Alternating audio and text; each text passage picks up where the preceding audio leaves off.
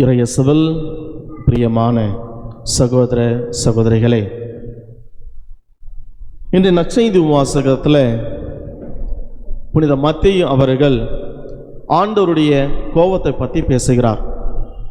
ஆண்டவர் இயேசு கிறிஸ்து அப்படியே கடும் கோபம் பட்டு மறைநூல் அறிஞரையும் பாரிசையும் அந்த ஸ்கிரைப்ஸையும் திட்டுவதை நாம் பார்க்கிறோம். அதான் சொல்ற பாருங்க, ஐயோ உங்களுக்கு கேடு, நீங்கள் புதினா, சோம்பு, சீரகம் ஆகியவற்றையில் 10ல் 1 பங்கை படைக்கிறீர்கள், நீங்கள் ஆண்டவருக்கு கொடுக்குறீங்க.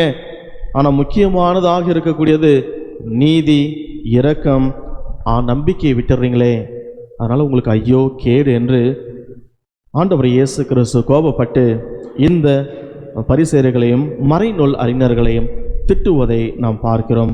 பிரியமான சகோதர சகோதரிகளே, அன்பார்ந்தவர்களே, ஆண்டவர் இயேசு கிறிஸ்து கோபப்பட்டு, அதாவது கோபமாயிட்டு நம்ம பரிசேயரையும் மறைநூல் அறிஞர் ஸ்கிரைப்ஸ் அண்ட் பாரிசையும் 8 முறை ஐயோ உனக்கு கேடு, ஐயோ உனக்கு கேடுன்னு சொல்றதை நம்ம பார்க்குறோம். ஐயோ உனக்கு கேடு, ஐயோ உனக்கு கேடுன்னு சொல்லிட்டு 8 முறை திட்டார் ஆண்டவர் இயேசு கிறிஸ்து அவங்களை பார்த்து. முதல்ல 3 முறை நேற்று வாசகம் படித்து கேட்டோம். அந்த மீதி 4, 5, 6 என்று சொல்லக்கூடிய அந்த 3 முறை பரிசேயர்களையும் அந்த மறைநூல் அறிஞர் திட்டுவதை இன்னைக்கு நாம் பார்க்குறோம். அன்பார்ந்தவர்களே, அதான் அன்பார்ந்தவர்களே, நம்ம பார்க்குறோம். நம்ம வீட்டில் யாராவது நம்ம கெஸ்ட்டு யாராவது வந்துட்டாங்கன்னா நம்ம ஹெல்ப் பண்ண சொல்லுவாங்க இல்லையா? இந்த கொஞ்சம் பாத்திரம்லாம் நிறையா இருக்குது, கொஞ்சம் கழுவி வச்சுட்டு போங்க அப்படின்ட்டுன்னு. இல்லைன்னா நிறைய பேர் வீட்டில் நம்ம பார்க்குறோம், எல்லாருமே காலைல எழுந்திரிச்சு குளிச்சுட்டு பழுதெல்லாம் தேய்ச்சிட்டு எல்லோரும் வேலைக்கு போயிடுறாங்க இல்லையா? நைட்டு சாப்பிட்ட பிளேட்டு, நைட்டு செஞ்ச பண்ட பாத்திரம்லாம் அப்படியே தான் கிடக்கும் இல்லையா? அப்படி தான் கிடக்கும். மறுநாள் சாயங்காலம் வரைக்கும் அது அப்படி தான் இருக்கும் இல்லையா? அதுக்கு தான் என்ன பண்ணுறாங்க, இப்போல்லாம் வீட்டில் சிம்பிளாக வந்து வேலையாட்களை வேலைக்காரனை வச்சுக்கிறாங்க இல்லையா? சர்வெண்ட்டை வச்சுக்கிட்டு நீங்கள் வந்து க்ளீன் பண்ணிடுங்க, உங்களுக்கு மாதம் ஒரு 2000 3000 கொடுத்துட்றோம். வருவாங்க, டக்குன்னு க்ளீன் பண்ணுறது, பட்டு பட்டு போயிட்டே இருப்பாங்க. அப்படி பண்ணுவாங்க, இப்படி தருப்பாங்க, திக் பட்டு போயிட்டே இருப்பாங்க. கேட்டால் 1/2 hour டியூட்டி, 1/2 hour, அந்த 1/2 hour எல்லாத்தையும் முடிச்சுட்டு போயிட்டே இருக்கணும் அப்படின்னு சொல்லிட்டு நம்ம நிறைய பேர் வீட்டில் சர்வெண்ட் வச்சுக்கிறோம். ஏன்னா நமக்கு நேரம் இல்லை, நமக்கு வேலை செய்கிறதுக்கு கரெக்டாக இருக்குது, ஆஃபீஸுக்கு போகிறது கரெக்டாக இருக்குது, நம்மளுடைய வேலையை நம்ம பார்க்கறது கரெக்டாக இருக்குது. ஆனால் வீட்டில் இருக்கிற வேலை செய்கிறது நம்மளால் முடியல.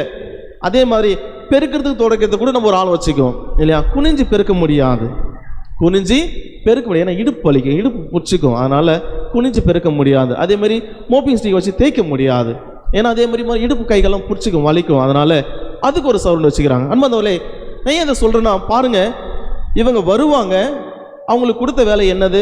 ஒரு 1/2 hour அப்படியே சட்டாப்டான்னு சோப் போடுறாங்களோ இல்லையோ தெரியாது, அப்படியே தண்ணி புஷ்ஷுன்னு திறப்பாங்க. இப்போ தண்ணிக்கு ரொம்ப கஷ்டமாக இருக்குது இல்லையா? இந்த நேரத்தில் அப்படியே ஃபுல் ஃபோர்ஸை வச்சுட்டு அப்படியே தரக்குன்னு தேய்ப்பாங்க, அப்படியே டக்குன்னு தண்ணி தூக்கி அப்படியே பொறுத்து போட்டு போயிட்டே இருப்பாங்க.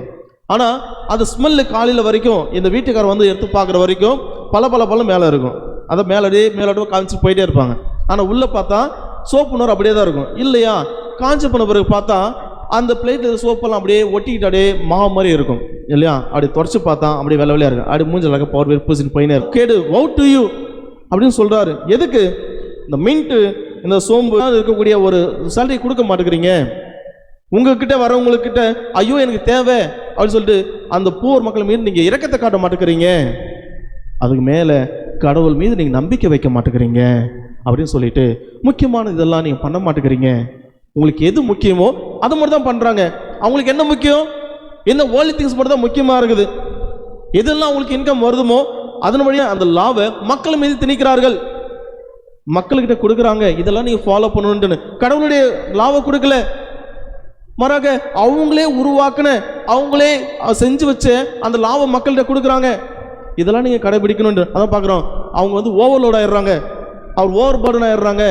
அதை பார்த்தா சொல்கிற அன்பார்ந்தவர்களே, அதை பார்த்துட்டு நீங்கள் மேட்மேட் லாவை மக்கள்கிட்ட கொடுக்குறீங்க, அதனால் உங்களுக்கு ஐயோ கேடு அப்படின்னு சொல்லிட்டு முதல்ல அந்த 4வது டினன்சியேஷன் சொல்லிட்டு நம்ம சொல்லப்படுகின்றது. 5வதான டினன்சியேஷன் நம்ம பார்க்குறோம் அன்பார்ந்தவர்களே, அதான் பார்க்குறோம். குருட்டு வழிகாட்டுகளே, நீங்கள் பருகும்போது கொசுவை வடிகட்டி அகற்றுகிறீர்கள், ஆனால் ஒட்டகத்தையே சாப்பிட்டுறோம் அப்படின்றான். அதாவது அதான் அன்பார்ந்தவர்களே, ஆண்டவர் இயேசு சொல்லுகின்றார், சின்ன சின்ன விஷயத்துக்கு நீங்கள் இம்பார்ட்டன்ட் கொடுக்குறீங்க, சின்ன விஷயத்துக்கு நீங்கள் இம்பார்ட்டன்ட் கொடுக்குறீங்க, ஆனால் பெரிய விஷயம் யாரு? ஆண்டவர் இயேசு கிறிஸ்து யாரும் இம்பார்ட்டன்ட் கொடுக்கறது இல்லை. அதான் பாருங்க, அவங்க சொல்றாங்க, அந்த ஸ்கிரைப்ஸ் பாரிசேயர்கள் ஜூவிஷ் மக்கள் பாருங்க, சாபத் டே என்ற ஒரு வார்த்தை மிக மிக முக்கியமானதாக இருக்குதான். சாபத் த டே அப்படின்னு ஒரு முக்கியமான ஒன்றா இருக்குதான். ஆனால் அதுக்குரிய மீனிங்கை விட்டுறாங்க. சாபத் டேனா இன்னைக்கு இப்படி தான் இருக்கணும், இப்படி தான் போகணும், ஏந்திரிக்க கூடாது, உட்காரக்கூடாது, என்னது அங்கேயும் போய் வேலை செய்யக்கூடாது, உட்காந்ததுல உட்காந்து இருக்கணும், கடலில் உட்காந்து இருக்கணும், அதான் சொல்லி சொல்கிறாங்க. அதான் பாருங்க அன்பாந்தலே, ஆண்டவர் இயேசு கிறிஸ்து அந்த சாபத் நாளில் போயிட்டு ஒரு அற்புதங்களை செய்கின்றார். அந்த மக்களுக்கு சாபத் டே முக்கியமாயிடுச்சு, ஆனால் ஆண்டவர் இயேசு கிறிஸ்து முக்கியமா இல்லை. அது மாதிரி பாருங்க, பர்த்திமை என்கின்ற ஒரு குருடா இருக்கிற ஒரு மனுஷனுக்கு கண் பார்வை கொடுக்கிறார். அவன் கேள்வி கேட்கிறாங்க, யார் இவன், யார் இதுமே செய்யுது சொல்லி கேட்கிறாங்க. ஆனால் அது கொடுத்தவர் யாருன்னு அவங்களுக்கு தெரியல, இம்பார்ட்டன்ட் தெரியல. அவர் தான் ஆண்டவர் இயேசு கிறிஸ்து, அவர் தான் கடவுள், இந்த உலகத்தை படைத்தவர் என்று அவங்களுக்கு இம்பார்ட்டன்ட் கொடுக்க முடியல. இதான் அன்பார்ந்தவர்களே, ஸ்மால் திங்ஸுக்கு நம்ம இம்பார்ட்டன்ட் கொடுக்குறோம். சின்ன சின்ன திங்ஸ் எல்லாம் அந்த அளவுக்கு நம்ம பெருசாக ஊதி வெடிக்கிறோம், ஆனால் முக்கியமான திங்ஸ் நம்ம விட்டுறோம் இல்லையா? அதான் சொல்கிற அன்பானவர்களே, அந்த சின்ன சின்ன திங்ஸுக்கு விட்டுருங்க. மிகப்பெரிய ஒரு திங்ஸ், நம்ம மிகப்பெரிய ஒருத்தர் இருக்கிறார், ஆண்டவருக்கு முக்கியத்துவம் கொடுங்க. அவருக்கு முக்கியத்துவம் கொடுக்கின்ற பொழுது எல்லாம் நல்லா ஆகிடும் அப்படின்னு சொல்லிட்டு 5ஆவதாக இருக்கக்கூடிய அந்த டினன்சியேஷன் போது சொல்லுகிறார். 6ஆவதாக வெளிவிடக்காரர் மறைநூல் அறிஞர்களே ஐயோ உனக்கேடு, அதை சொல்கிற மாதிரிலாம் நம்ம வேலையாட்களை வச்சு வேலை செய்கிறோங்க. அதை பார்த்து ஆண்டவர் இயேசு கிறிஸ்து குறிப்பிடுற அன்பார்ந்தவர்களே, நீங்கள் வெளிப்புறத்தை நீங்கள் அழகுபடுத்துறீங்க, உங்களை நீங்களே அழகுபடுத்தி உங்களை அழகை எடுத்துக்கிட்டு உள்ள அழுக்கு மேலே அழுக்காக சேர்த்து வச்சுக்கிட்டே இருக்கிறீங்க. டாட்டி உள்ள ஆகிட்டே இருக்குது. அதான் சொல்றார், கடவுள் விரும்புவது உன்னுடைய அழகை அல்ல, உன்னுடைய வெளிப்புறத்தில் இருக்கிற பவுடரோ மேக்கப்போ, இல்லை நீ போடுற ட்ரெஸ்ஸோ, இல்லை நீ இருக்கிற உடையோ, அதெல்லாம் கிடையாது. உள்ள ஒரு இதயம், flush and flush, blood of பிளட்டாக இருக்கக்கூடிய அந்த இதயத்தை தான் ஆண்டவர் இயேசு கிறிஸ்து விரும்புகின்றார். அந்த இதயம் என்ன பண்ணும்? கடவுளை நோக்கி போவோம், கடவுளை அன்பு செய்யும், கடவுளுக்கு அப்புறம் தன்னுடைய நெய்பர் அன்பு செய்யும்.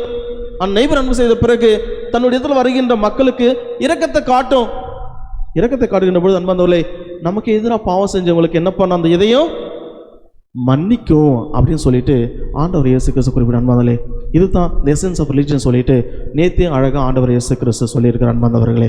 அதான் அன்பாந்தவர்களே, நம்ம ஆண்டவர் இயேசு கிறிஸ்து சொல்லுது என்னன்னா, உலகத்து திங்ஸ் எல்லாம் விட்டுருங்க, நீங்கள் எதுக்கு முக்கியத்துவம் கொடுக்கணுமோ அதுக்கு முக்கியத்துவம். நேற்று நம்ம பார்த்தோம், இந்த ஆல்டர் மேலே இருக்கிற பொருள் முக்கியமாயிடுச்சான் மக்களுக்கு. என்னது, இந்த கிளாஸ் அங்கே இருக்குது, ஆல்டர் முக்கியம் கிடையாது அவங்களுக்கு, ஆனால் இந்த கிளாஸ் தான் முக்கியமாச்சு. அதே மாதிரி இங்கே பூ இருக்குது, அந்த பூ முக்கியமாச்சு, ஆனால் இந்த ஆல்டர் முக்கியம் இல்லை அப்படின்னு சொல்லி நம்ம பார்க்க அன்பார்ந்தவர்களே.